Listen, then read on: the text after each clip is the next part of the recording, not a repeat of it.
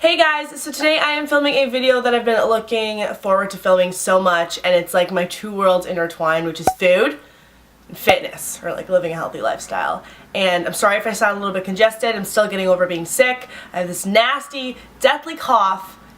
I'm trying to shake it, but just won't be shook. So I did some research on how to stay healthy in college, as well as read some articles, and I read some people's experiences about going through the college lifestyle and if they found, eating healthy and balanced diet difficult, if it was easy, what were some tips and tricks. I'm going to share some of my tips and tricks because yes, I am in college, and having that transition from, being in high school and having your parents cook for you and everything just being readily available to you have to do your own grocery shopping and you remember to feed yourself can be an adjustment. So I have 5 categories I broke this down into, and I'm gonna list off the points in each one.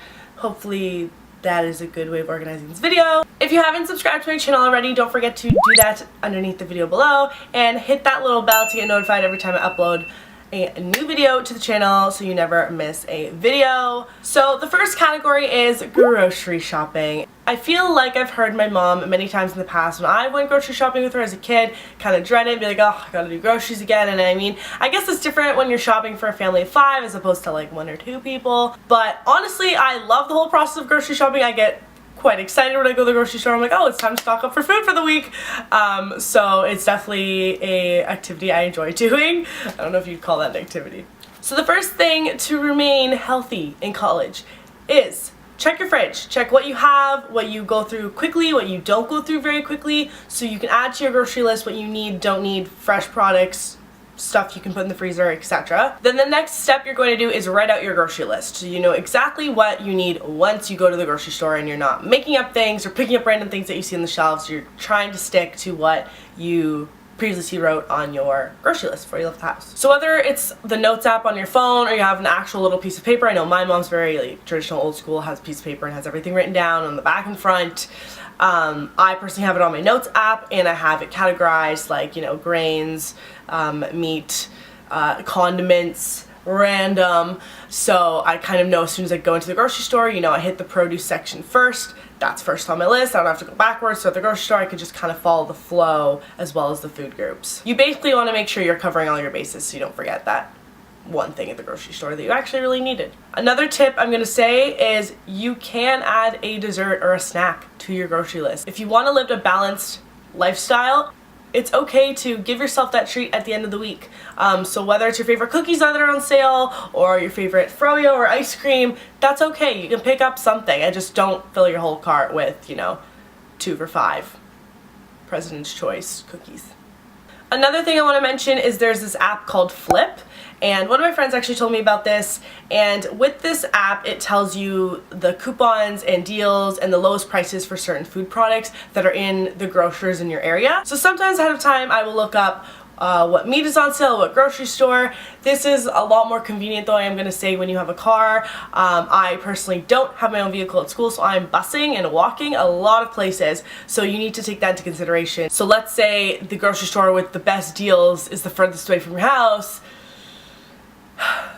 This is when, maybe tagging along with a friend who has a car whenever they go grocery shopping, tell them to let you know so you can, maybe just pitch for gas or something and you can get, save your money on your food that way. Or you don't have to travel all the way out there for the things on sale. I mean, I don't always do that. I do with some things, it really just depends. So I just think the app though in general, I guess this would be more so if you had your own vehicle and access to more grocers near you, the app would be super helpful. And it's free. I didn't mention that, but it's free. And it's not just food. I'm pretty sure there's multiple different items you can search for on the app that are on sale. The next tip for this category is don't go to the grocery store on an empty stomach. I can't stress this enough. When you go to the grocery store on an empty stomach, you're like eating with your eyes. I don't know if you're familiar with the term, but I do it. I used to do it a lot when I was at restaurants. It'd be like, oh my god, I want an appetizer, I want a main, and I just feel sick, or like a buffet.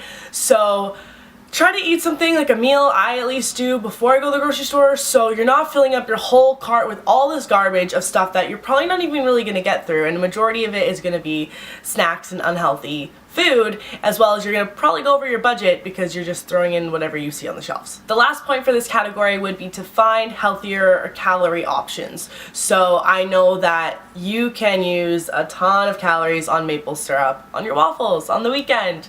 You know, I've done this many times in the past. There's so much excess liquid calories in syrup, you're probably pouring like 200 to 300 calories of syrup just on your waffles. And that's just going for the first round through. You know, sometimes people go in for double because like, oh, my waffles are a little dry, I'm just gonna put some more. I personally use the Weldon Farms no calorie syrup on my waffles. It does taste a little bit fake, I'm not gonna lie. If that's something you're not really, you know, excited about, maybe do some more research on other alternatives or other spreads that you can put on your waffles, as well as if you are of age and you are making, you know, some alcoholic mixes, try to find mixes that have no calories in them. So like Sprite Zero, Diet Coke, Fresca, there's so many options you can do. I've done like Perrier, like carbonated water before with Mio. It gives you that flavor, you enjoy your drink, but you're not using all your calories on like one cooler. That's what, like 250, 300 calories. That's a lot for one drink. So the next category is eating at school. And I feel like this is where a lot of people run into trouble in the sense that, you know, they're running late, they don't pack lunch. It's so much easier just to, you know, stop at whatever's close to you at school and grab something.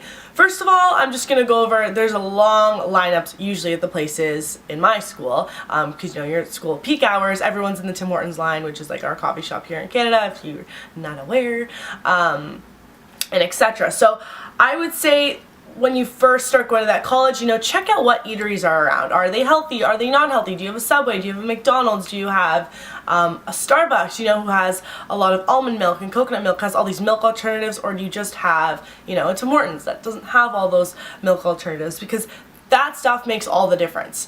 So that's, for me, that's more of like a desperate times calls for desperate measures. So I would be going to one of those places if I really truly didn't have time to grocery shop this week. The next tip for this category I'm going to say is to pack snacks. And that's even if you have a short day. You know, there's some days where I literally have an hour, 2 hours of class and then I go home. But I don't always go right home. I go to the gym after and then I'm starving and I'm waiting for my bus and it's like 20, 25 minutes.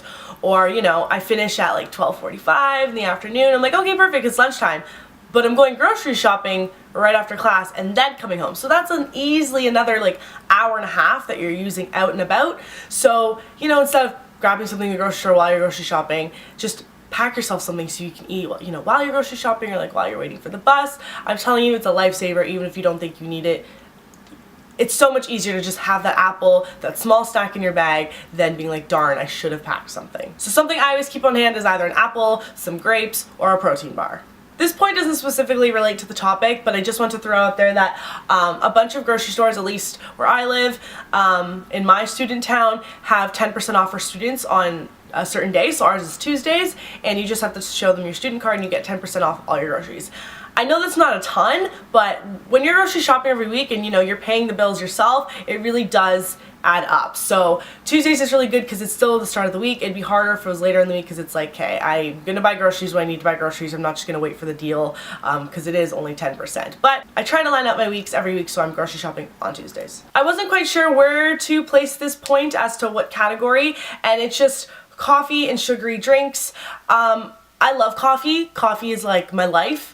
I only drink tea when I'm sick, I've realized. Nothing against not drinking it normally, but I just feel like I associate tea with sickness. Like that's my like remedy type thing, or like helping aid whatever I have going on.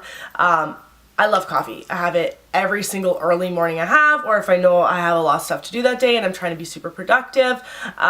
But I think it is important to kind of cycle off of it every now and then and don't rely on it heavily, because when you only have one class in the middle of the day, or if it's your rest day for the gym, what do you really need that coffee for if you're not going to be staying up late doing something super productive or getting up early in the morning and you need to be wide awake or your attention right on par for a task. Sugary drinks and coffee drinks are okay to have, but try not to get addicted. Like me, try to cycle off. So this whole week that I've been sick, no coffee. I've had pre-workout once, and it was only because it was my first day back to the gym after 6 days of taking my rest. So I wanted that like boost of energy, be like, I can get through this workout. But yeah. The next category is to stay active, and this doesn't mean you have to go to the gym. I feel like a lot of people, when they think of, oh, fitness, healthy lifestyle, they associate it with going to the gym and having to lift heavy weight, you know, get all the lifting belts and all the equipment that goes along with that activity. But I understand that it's not everyone's thing, but I can say that there's something out there for everyone. We have a rock climbing wall that's a part of our membership, so you don't have to pay anything separate to use that. That's great. That's awesome for like back, your forearms. I've done it once and I was like dying the next day. Like dying. Take advantage of the fitness classes that they offer. That's usually part of your membership too. I have a yoga studio that's just down my street, and they have something called a community class. So there's this one class they teach multiple times throughout the week that's only like $6 or $7, and that is so cheap because yoga memberships can get quite expensive. And that's for hot yoga. So just something to get your body moving, to get your mind distracted into another activity that's not, you know, school or work, because I know a lot of people have part-time jobs at school, is really important for the mind and, you know, your physical body. You can also join an intramural sports team or just a club in general. Like, I don't even know, there's like frisbee, water polo, just something that gets your body moving. Something as simple as walking to class is awesome. Take advantage of it if you do live close to campus. Just take walks on like a Sunday afternoon. I sometimes do that, you know, while my laundry's going, just to, you know, clear my headspace for the week, get everything organized, and just take that breath and fresh air, taking everything around you. You know, we live in such a great, beautiful world. It's so nice out. Okay, some parts of the world it's snowing, like here it's snowing, but I really like the snow, so I don't mind that. The last point I'm going to say for this category is to have some equipment at home, and that's something like resistance bands or a set of dumbbells. I personally just have resistance bands, and I have a couple things I can do for my at-home workout. And I know at my home, like with my rest of my family, my mom has a couple sets of dumbbells, she has a yoga mat, she has foam rollers, she has huge resistance bands for stretching. So, you know, investing those few pieces can really help on those days where you really can't get to the gym or you don't live close to the gym, just to do a little workout at home. Run up and down your stairs. I do that for cardio sometimes. It's something great to implement into your workout if need be. The next category is portion control, and this is something I'm still learning to this day to do. I can see how it can be difficult or challenging in university or college. You know, your friends are eating big bowls of pasta, you're eating big bowls of pasta, but you need to remember at the end of the day, you know, if you know you're gonna go out later in the night, maybe have a good source of protein, you know, some veggies and less carbs, so less pasta, less rice, and save those carbs for later when you're drinking in the evening. Your body will just thank you later, as well as you won't feel overly full on food, and then on top of drinking, you're not gonna have a good night. The next point for this category is to eat breakfast. So whether that's just grabbing, like I said, something easy on the go, like an apple or a protein bar, because you're not a morning person, you don't, you know, have time to be sitting there and making oatmeal and putting protein in it and some beautiful toppings. I get that, I understand. But having some form of breakfast to get your metabolism going for the day is important. The last point for this category is to not stress eat and get your body moving instead. I am guilty of this, I'm not gonna lie. In the past, for many situations, not even school related, I've been stressed, so I would just eat and eat and eat. And even if it's something healthy, I'm just still popping them in my mouth. Like, I'm doing this because, like, I'm thinking of grapes or crackers with Nutella, which was a terrible snack. Don't do it, okay? That's just setting yourself up for a disaster. Usually when I'm stressed, I'm like in a confined space, I have a lot on my mind, there's a lot going through my head, there's like all these gears turning. Get out, go do something, get yourself distracted, your mind distracted that's not food. And the last category is sleep, and sleep is so important, especially having a, you know, kind of scheduled sleep. The first point is to not work in bed, and I feel like that's something you don't hear of often, but I associate, you know, bed with sleeping. So when I'm doing readings while lying back on my comfy pillows, I'm dozing off, I'm not absorbing as much information as I can. And I even remember in high school, you know, my dad would walk in to my bedroom to see, you know, how I'm doing in my homework progress. He'd be like, what are you doing? Why are you lying in your bed? And I'd be like, oh, like I'm studying. He's like, that's not how you should study. I know for some people that may work, but overall I feel like it's not as good as opposed to sitting at a desk, sitting outside of your kitchen table, far away from the kitchen. Associating a certain space with work and then another space with like relaxation and sleep time, I think it's really important to have that separation, because then you do get lost in your bed dozing off as you're trying to remember your notes. The next point is to get a full night's rest, and this is very difficult to do. I understand, you know, university kids are up very late doing homework, they have part-time jobs, and they have no choice but to stay up late and get stuff done, and I understand that, but it is so important important for the most part to be able to get 7 to 9 hours of sleep on average for like the human body. You need to give your body a break and break it down, like let it sleep, let it recover from the days of work, etc. Your mind needs a mental break, especially if you've been doing math equations or a lot of heavy readings. It needs that sleep. It is so important. Try to stick to a schedule. So if your bedtime is 10 to 11, try to stick to that around, you know, every day. I know classes start to vary. You might have some really early morning classes. You might have some really late in the day classes, so you'll tend to sleep in. For the most part, I'm a morning person. Even if I don't have class the next day early in the morning, I still get up early in the morning. I find that I'm most productive that way. I feel like I can tackle way more of my tasks throughout the day if I'm up earlier in the day. So obviously, time to time I will sleep in, but I try to, you know, go to bed 10 to 11, get up at like 8-ish. Unless I have class at 8, then I have to get up earlier. The next point is naps. I put a question mark beside this because although I do love naps, and I know many people out there do, I feel like they can be, there's some pros and cons. I feel like it's interruptive in the sense that if you have too long of a nap during the day, it's a lot harder to have a good deep sleep at night.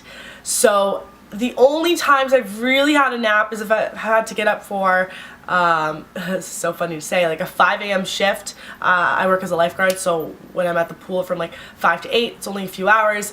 I'm exhausted, right? I'm up at like, what, 4:30, and I don't live too far from the pool, so like driving there. I'm exhausted though. I don't make a coffee because I know right after my work shift I'm gonna go home, sleep for a couple hours, catch up on that sleep I lost, and then begin my day. And that I feel like is okay, but I don't think that people should get in the habit of having these long naps in the middle of the day. Like your body's just gonna get so immune to it, and although it's healthy, I feel like there's some unhealthy things that come along with it. Avoid all-nighters. I know, again, this is hard when you're a university student, you're trying to balance your life.